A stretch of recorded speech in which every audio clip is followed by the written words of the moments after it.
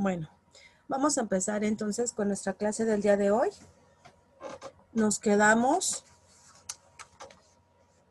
en su página número 59. ¿Todos tienen a la mano su libro, por favor? ¿Sí tienen a la mano su libro? Página. Sí. Página número 59.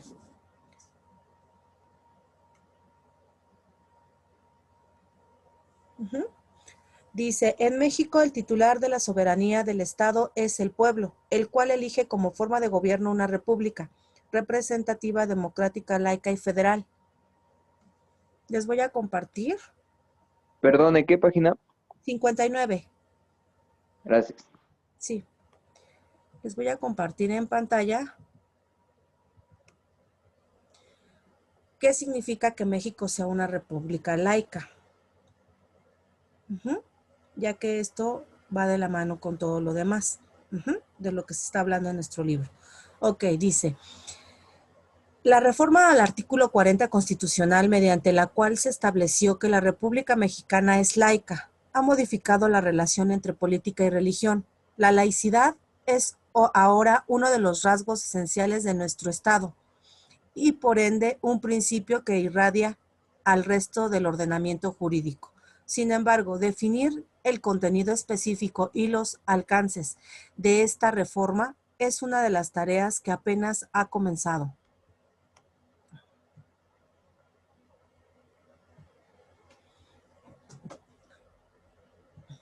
Más aún, se trata una tarea compleja si tomamos en cuenta tanto la tensa relación que históricamente ha existido entre Estado e Iglesia, con el contexto normativo en el cual se gestó la reforma al artículo 40, con el objetivo de aportar al debate sobre el significado de la reforma en materia de laicidad. En las siguientes líneas desarrollo tres tesis sobre lo que significa que México sea una república laica. 1. Definir a México como una república laica es una respuesta nacional ante preocupaciones surgidas en el ámbito local. Fueron cambios legislativos a nivel estatal los que crearon el contexto donde surgiría la propuesta de definir a México como una república laica. El más importante de ellos fue sin duda la despenalización del aborto realizada en el 2007 por la Asamblea Legislativa del Distrito Federal y las acciones de inconstitucionalidad que en su contra presentaron tanto la Procuraduría General de la República como la Comisión Nacional de los Derechos Humanos. Lo que más sorprende de dichas acciones, como ha señalado Rodolfo Vázquez, es que tanto el procurador como el ombudsman emplearon alegatos claramente metafísicos y religiosos para controvertir las reformas del legislador democrático. Y si bien la Suprema Corte de Justicia finalmente concluyó que la despenalización del aborto era constitucional, el criterio de la mayoría de los ministros dejó un amplio margen a los congresos locales para que legislaran en esta materia. La decisión de la Corte desencadenó una oleada de contrarreformas en el ámbito local, de tal suerte que en menos de 2 años, 18 estados habían realizado reformas para establecer el derecho a la vida desde el momento de la concepción. Si se dan cuenta, aquí es donde, por eso es que dicen lo que viene siendo la inconstitucionalidad, a lo que viene, o sea, que el aborto se está dando inconstitucionalmente, ya que se supone que se debe de proteger el derecho a la vida, ¿no? Y que todas las personas lo tenemos desde el momento de la concepción, así como te lo están manejando en los diferentes estados, ya que al momento de que hemos hablado de varios temas con relación a lo que viene siendo la inseminación artificial y todos esos temas que hemos estado abarcando en nuestra otra materia de problemática social y su regulación jurídica, si se dan cuenta, han hablado sobre este tema, lo importante que es la protección a la vida y que todos las personas tenemos derechos desde el momento de la concepción o desde que somos un embrión. Y es por eso que se contrapone con lo que viene siendo el aborto y hasta con otro tipo de cuestiones de lo que viene siendo inseminaciones artificiales, ¿cómo se dice? lo que viene siendo la maternidad subrogada, etcétera. ¿Por qué? Por este simple hecho, ¿no? De que todos tenemos derechos y al momento de que se apliquen ciertas acciones, se pueden violar algunos otros derechos, ¿no? A lo mejor el derecho de la persona que va a abortar, pues a lo mejor es un derecho que ella tiene, pero el bebé también tiene derechos, ¿no? O el embrión. Entonces es algo que se contrapone en varias cuestiones, ¿no? Y es por eso que hay un poquito de inconformidad en algunos temas. Bueno, en este contexto en donde las principales amenazas a la laicidad vienen desde lo local, que resurge la propuesta de definir a México como una república laica, la reforma al artículo 40 constitucional es una respuesta por parte del legislador democrático para limitar el retorno de la religión a la esfera pública. No es casualidad, por tanto, que haya sido el artículo 40 constitucional el lugar donde se incorporó el principio de la laicidad. Dicho artículo es una suerte de artículo ancla en la medida en que se definen principios esenciales que sirven de base o soporte para el resto del ordenamiento jurídico, al establecer que además de representativa, democrática y federal, la República Mexicana es laica.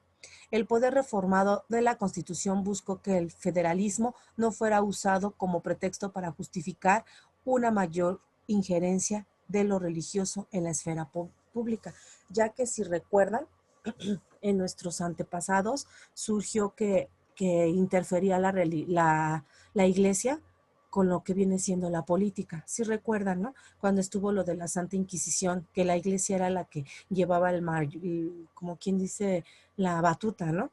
Y que hacía cosas impensables, ¿no? Que puedes pensar que una persona religiosa pudiera obrar, ¿no? Una de ellas fue que surgió la Santa Inquisición, ¿no? Y que se daba de acuerdo a lo que las personas religiosas tenían sus propias ideas, a veces a lo mejor hasta absurdas, porque lo más mínimo que ellos consideraban como malo, te sentenciaban a algo horrible, ¿no?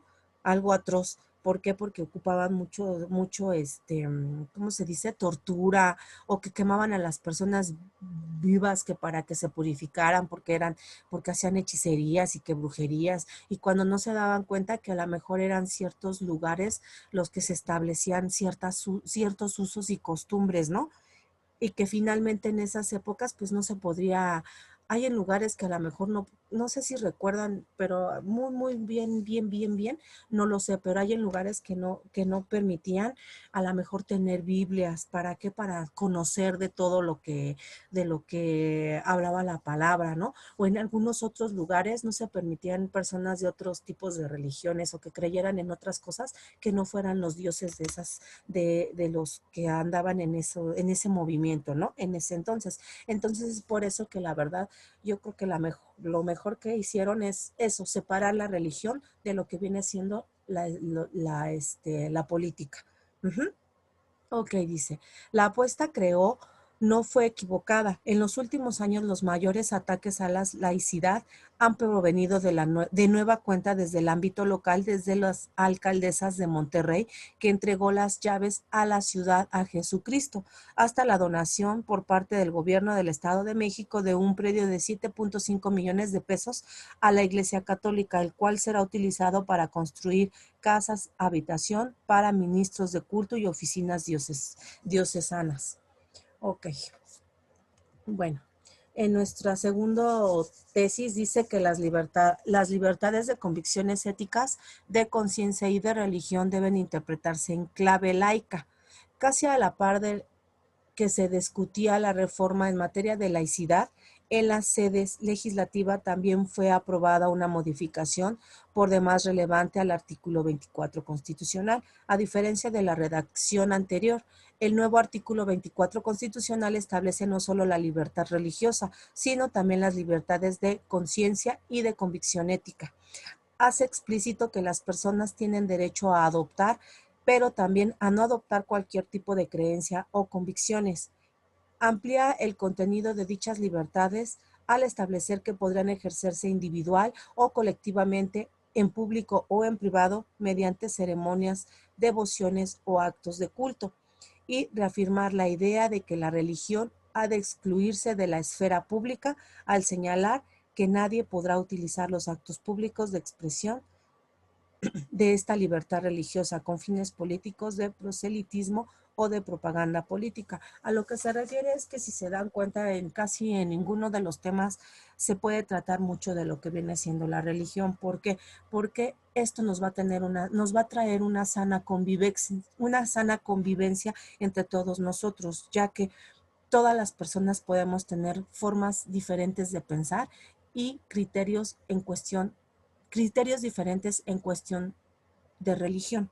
¿Por qué? Porque todos pensamos diferentes y a lo mejor lo que para mí es bueno, para ti es malo, ¿no? Entonces ahí es donde va a entrar una controversia muy grande si nos ponemos a pelear sobre religiones y cuál es la mejor y cuál es la que O sea, eso es algo que es mejor no adentrarse en esos temas. Es por eso que el Estado o el gobierno ha decidido hacer esto, de separar lo político con lo religioso y de no meternos en problemas y de respetar el libre albedrío de todos y cada uno de nosotros en cuestión a nuestras creencias, ya sea de religión, de usos, de costumbre, etcétera. Ok, ahora dice, se trata pues de una reforma que amplía los derechos humanos de las personas y al mismo tiempo reafirma la idea de que la política y la religión han de mantenerse separadas. Por una parte, el nuevo artículo 24 eleva a rangos constitucional la libertad de profesar todo tipo de creencias, sean religiosas o no, con lo cual reconoce la protección de ateos, agnósticos y quienes defienden otro tipo de convicciones éticas. Por la otra, la separación entre política y religión se refuerza con la restricción constitucional expresa consistente en que los discursos religiosos han de excluirse de la esfera política y electoral.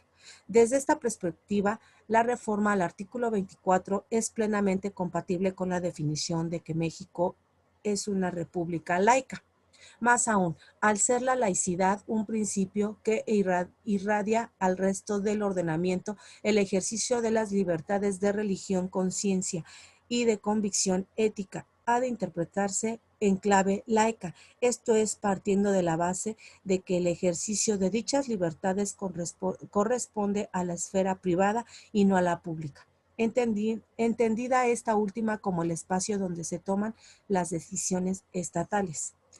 La tercera dice que en una república laica las autoridades deben generar las condiciones materiales para que las personas ejerzan con autonomía sus libertades. Que México sea una república laica y no solo un estado laico tiene consecuencias directas en manera en que han de actuar las autoridades estatales. La diferencia entre un Estado laico y una república laica se expresa, entre otras cosas, en un entretenimiento específico del concepto de neutralidad. Un Estado laico es que él defiende tanto la autonomía de lo público como la autonomía de lo religioso. Eso es a lo que se refiere lo laico, que va a tener una neutralidad y que si aquí te lo está diciendo, el Estado laico va a mantener la neutralidad y no va a estar a favor de ninguno de los dos.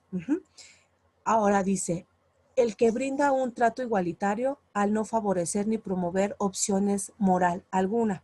En cambio, una república laica te da la libertad, se concibe no solo como no interferencia, sino también como autonomía. Por ende, se reconoce que un trato igual ante situaciones desiguales puede traducirse en un trato discriminatorio. Por ejemplo, cuando existe una religión dominante, los operadores jurídicos deben tomar en consideración la asimetría que existe entre esta y el resto de las iglesias. La neutralidad en una república laica, por lo tanto, demanda que las autoridades generen las condiciones necesarias para que todas las personas ejerzan a plenitud la libertad de convicciones éticas, de conciencia y de religión.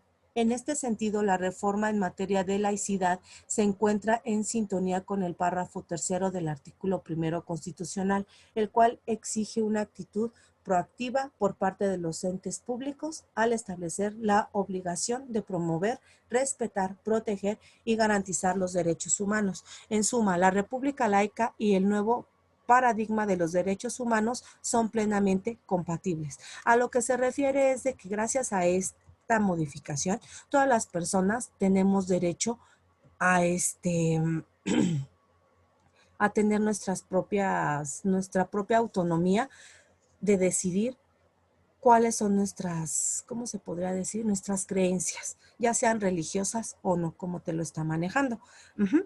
Aquí te habla también, dice, en el primer párrafo del artículo 24 constitucional establecía que todo hombre es libre de profesar la creencia religiosa que más le agrade y para practicar las ceremonias, devociones o actos de culto respectivos, siempre que no constituyan un delito a falta penados por la ley. Ok. Entonces, hasta aquí voy a dejar de compartirles este artículo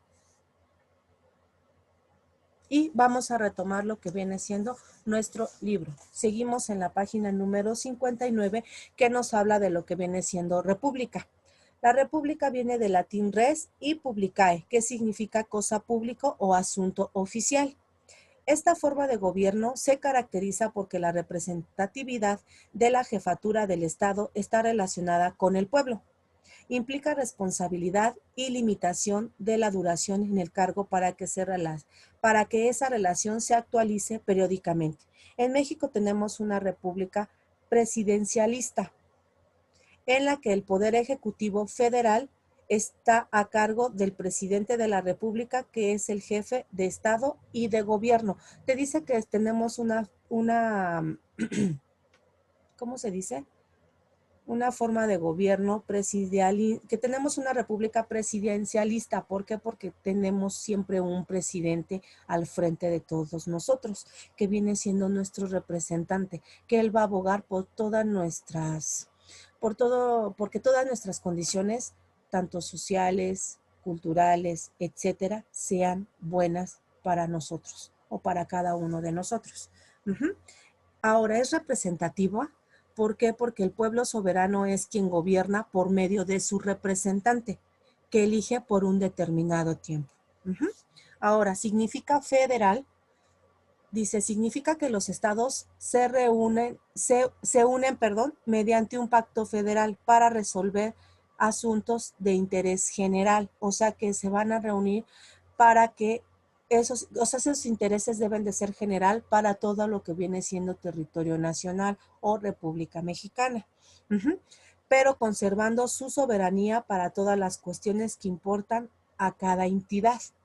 Ya que en cada entidad tenemos diferentes usos o diferentes costumbres, de acuerdo al lugar donde nosotros habitamos. Porque no podemos pensar igual que a lo mejor una persona que es del estado de Oaxaca o que es del estado de Chiapas, todos tienen diferentes usos y costumbres. Pero que sin embargo hay leyes u ordenamientos que nos atañen a todo lo que viene siendo los mexicanos o a nivel todo territorio nacional. ¿Sí? Eso es a lo que se refiere federal. Ahora, laica, esto ya lo explicamos, qué es lo que viene siendo laica, que implica que el Estado adopta una actitud de imparcialidad o neutralidad respecto a lo religioso. Ahora, democrática. ¿Por qué los representantes populares, particularmente de los poderes ejecutivos y legislativos, se eligen a través del voto de los ciudadanos? Por eso es democrática, por el voto que se da de cada uno de los que ya son mayores de edad, que es una obligación que tenemos todos los ciudadanos, que tenemos ahora sí que tanto la obligación de votar como el derecho de votar. Ok, dice, la democracia proviene de los términos griegos demos, que significa pueblos, kratos, que significa gobierno. Aristóteles considera que es el gobierno de la mayoría en interés del bien general. Desde un punto de vista filosófico, es una forma de vida que expresa la plenitud de las personas humanas mediante un orden igualitario y libre. Es el gobierno del pueblo y por el pueblo, dependiendo de cómo actúa el pueblo y cómo ejerce su voluntad. Puede ser una democracia directa o representativa. ¿Alguien tiene alguna duda hasta aquí? ¿O algún comentario que quieran realizar? Ok. Dice, actualmente los estados ejercen la democracia. representativa, es decir, el gobierno del pueblo a través de sus representantes legítimamente elegidos, quienes ejercen indirectamente la soberanía popular en ellos delegada. Algunos de los elementos de la democracia son la participación de los ciudadanos en asuntos públicos, los derechos fundamentales, el pluripartidismo, la separación orgánica de funciones, la representación política y el Estado de Derecho. El artículo 41 de la Constitución Política de los Estados Unidos Mexicanos señala que el pueblo mexicano ejerce su soberanía por medio de los poderes de la Unión. En los casos de la competencia de estos y por los del Estado y la Ciudad de México, en lo que toca a sus regímenes interiores, es decir, ejerce su soberanía al elegir mediante el voto a su representante que integra los poderes de la Unión. Dice, aquí viene un recuadrito que te dice y que te hace preguntas. ¿Cuáles son esos poderes de la Unión? ¿Quiénes los integran? ¿Qué requisitos se debe de cumplir para poder ser integrante de dichos poderes? ¿Cuáles son sus atribuciones? En el artículo 49 de nuestra Constitución establece que el supremo poder de la Federación se divide para su ejercicio en legislativo, ejecutivo y judicial. No podrá reunirse dos o más de estos poderes en una sola persona o corporación, ni depositarse el legislativo en un individuo, salvo el caso de facultades extraordinarias al Ejecutivo de la Unión, conforme a lo dispuesto en el artículo 29 constitucional. En ningún otro caso, salvo lo dispuesto en el segundo párrafo del artículo 131 constitucional, se otorgará facultades extraordinarias para legislar. Dice, como lo establece la Constitución Política de los Estados Unidos Mexicanos, uno de los pilares de la democracia es la división de poderes. De esta forma, el poder público no se concentra en una sola persona, ya que se distribuye en los diferentes poderes de la Federación para limitar y evitar el abuso del poder público. Estas ideas surgieron en el siglo XVII y XVIII con filósofos como John Locke y Montesquieu. ¿Alguien tiene alguna duda, algún comentario con referente a este tema que estamos viendo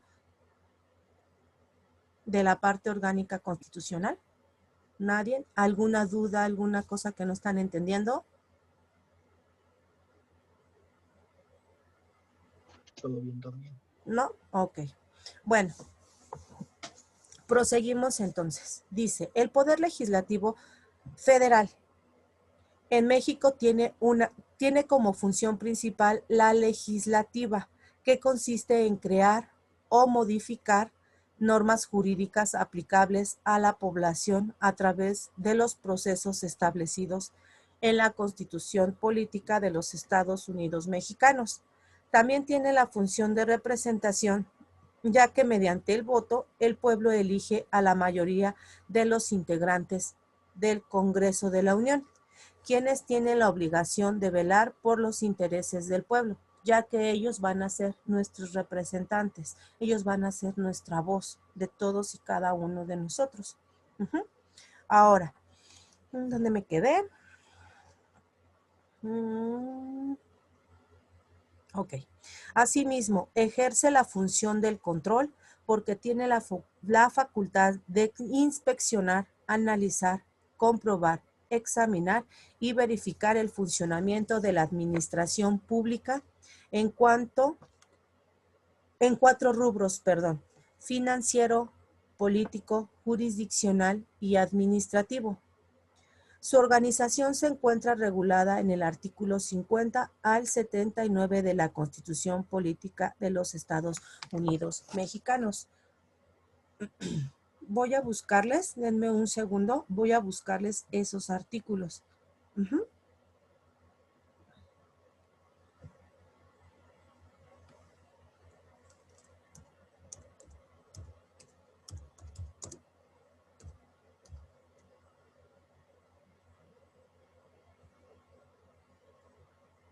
¿No tiene ninguna duda, chicos? No, maestra. ¿Seguros? Seguritos. Ok.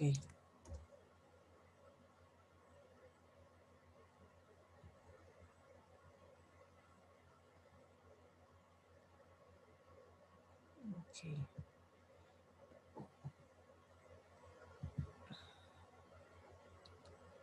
Efectivamente, nos habla de lo que viene siendo el poder del poder legislativo en este artículo. Ahorita lo voy a abrir.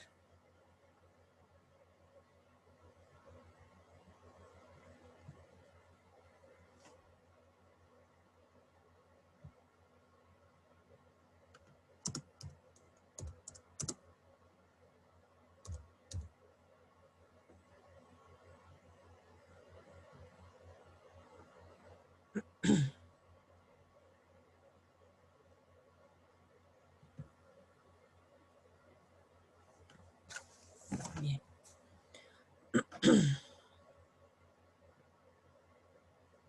Ok. Bien. Se los voy a compartir para profundizar más en lo que estamos hablando del poder legislativo. ¿Sí? Aquí habla. Dice capítulo 2, Poder Legislativo, artículo 50. El Poder Legislativo de los Estados Unidos Mexicanos se deposita en el Congreso General, que se dividirá en dos cámaras, una de diputados y otra de senadores. En el artículo 51 nos dice, la Cámara de Diputados se compondrá de representantes de la nación, electos en su totalidad cada 3 años. Por cada diputado propietario se elegirá un suplente. Aquí te dice texto original, te viene más, o sea, más explícito de lo que viene siendo la Constitución, ya que aquí en este apartado que les estoy compartiendo viene un poquito más resumido. Te dice el artículo 52, te dice la Cámara de Diputados estará integrada por 300 diputados electos según el principio de votación mayoritaria relativa mediante el sistema de distritos electorales uninominales y 200 diputados que serán electos según el principio de representación proporcional mediante el sistema de listas regionales votadas en circunscripciones plurinominales. Ahora, vamos a ver el artículo 53. Te dice, la demarcación territorial de los 300 distritos electorales uninominales será la que resulte de dividir la población total del país entre los distritos señalados. La distribución de los distritos electorales uninominales entre las entidades federativas se hará teniendo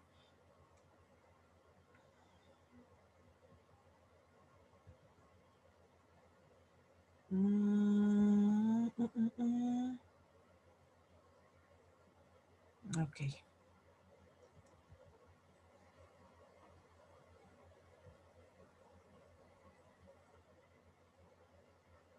Aquí si se dan cuenta, aquí en este apartado te dice más, te dice que tienes que activar una prueba y es como quien dice de pago. Pero si se dan cuenta, en estos artículos, como te lo está diciendo, te habla exclusivamente del artículo 50 al 79 constitucionales, te hablan exclusivamente sobre las funciones que debe de llevar a cabo el Poder Legislativo. ¿Hasta aquí tienen alguna duda, algún comentario, chicos? ¿No? Seguro. Bueno, a lo mejor y no nos vamos a ponernos a aprender cuántos diputados, cuántos, o sea, todo lo que integra, ¿no? Porque sí es un poquito extenso y un poquito amplio, pero sí es importante que lo conozcamos para que no estemos ignorantes en este tema. Y aquí y además porque es muy importante porque finalmente es la forma en que se desempeña nuestro gobierno. ¿Vale? Entonces, ¿no tienen ninguna duda, ningún comentario, chicos? Porque hasta aquí nos quedaríamos el día de hoy. Entonces, nadie tiene dudas sobre lo que de sus actividades, de los temas que hemos visto hasta ahorita, de los temas anteriores, ¿nada? No, maestra. Ok, recuerden que el apartado para subir todas las actividades del módulo 3 se va a abrir hasta que terminemos de ver el módulo 3. Les voy a dar un lapso de tiempo para que ustedes puedan subir sus actividades sin ningún problema y solamente las voy a recibir en ese tiempo, ¿sale? Nada más el puro módulo 3, la maestra. Sí, ya todo lo demás ya quedó en el pasado. Ahorita ya nada más Va. estamos viendo el módulo 3. ¿Sí, chicos? ¿Vale? Entonces no hay ninguna duda al respecto. Ok, maestra, yo sí tengo una duda. ¿Hasta cuándo se entrega el módulo 3?